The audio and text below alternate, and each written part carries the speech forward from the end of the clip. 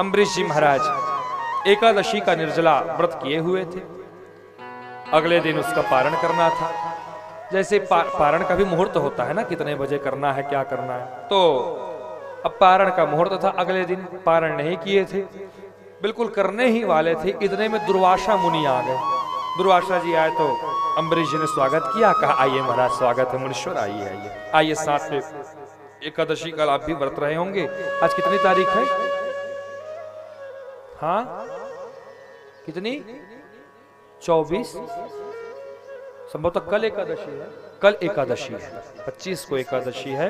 और मैं आपसे प्रार्थना करूं, और कोनो उपास रहा चाहे झर रहा, एकादशी जरूर रहिए, अवश्य रहिए।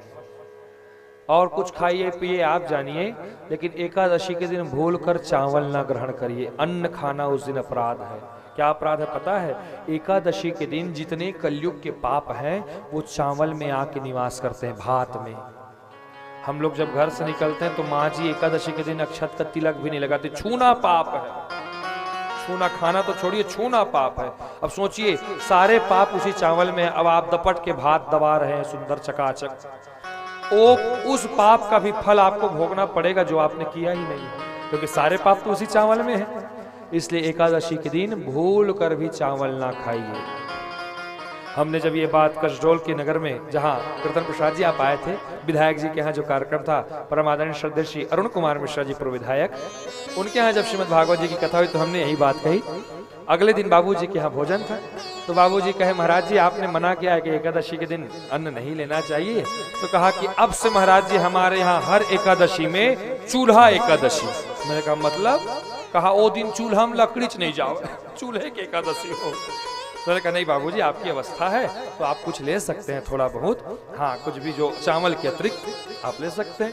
आजकल तो इतना बड़ा अद्भुत हो गया है, सामान्य दिन में जतका खाए पिए नहीं रहते खले ज्यादा उपास के दिन रही थी। ले भला काक उपास है जी, तिखुर खाला महाराज, सिंघाड़ा खाला, सिंघरा खाला महाराज, दूध कतरा खाला महाराज, केरा खाला, सेव खाला, बताइए भला तो फिर काहे के उपास हो भाई तू?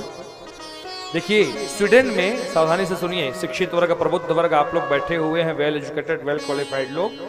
स्वीडन में, विदेश में एक वैज्ञानिक ने शोध किया है और उसे उस शोध पर नोबेल पुरस्कार मिला है। किस पे?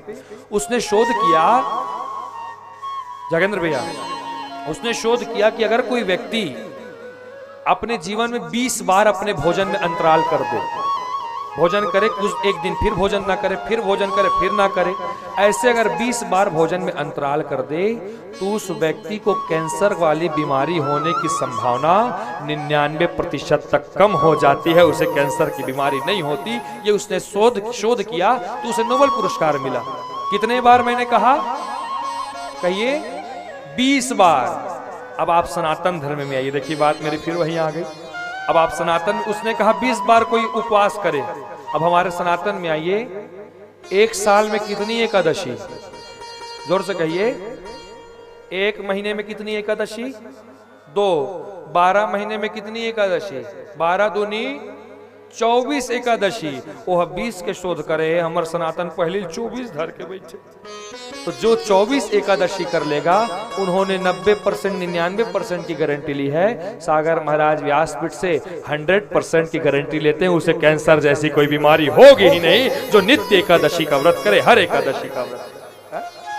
इसलिए अवश्य आप लोग एकादशी का व्रत करिए, ये इसका साइंटिफिक रीजन है। और होता क्या है? साइंटिफिक रीजन ये है, जब आप एकादशी के दिन उपवास रहते हैं तो आप, हमारे भीतर जो कोशिका होती है, कोशिका, तो जब हम लोग भोजन करते हैं तो हमारे भीतर जो परजीवी होते हैं, जिसे अंग्रेजी में पैरासाइट कहते हैं, बायोलॉजी में पहले पढ़े थे तो सब भुला गए। तो हम भोजन करते हैं, पैरासाइट उसे ही खाया करते हैं। लेकिन जब हम भोजन नहीं करते तो हमारी भीतर की जो कोशिकाएं होती है या कुछ बीमारी उत्पन्न होने वाली रहती है, उसे पैरासाइट फिर खाने लगते हैं भोजन के अभाव में। तो हमारे शरीर में फिर वो बीमारी होने नहीं देते। ये इसका साइंटिफिक रीजन है। आध्यात्मिक कारण ये है कि कलयुग के जितने पाप वो चावल में रहते हैं, इसलिए भूलकर एकादशी को चावल ना खाइए। और कुछ आपको खाना फल वल आप लीजिए, चकाचक भोजन करिए, लेकिन चावल भूलकर स्पर्श ना करिए।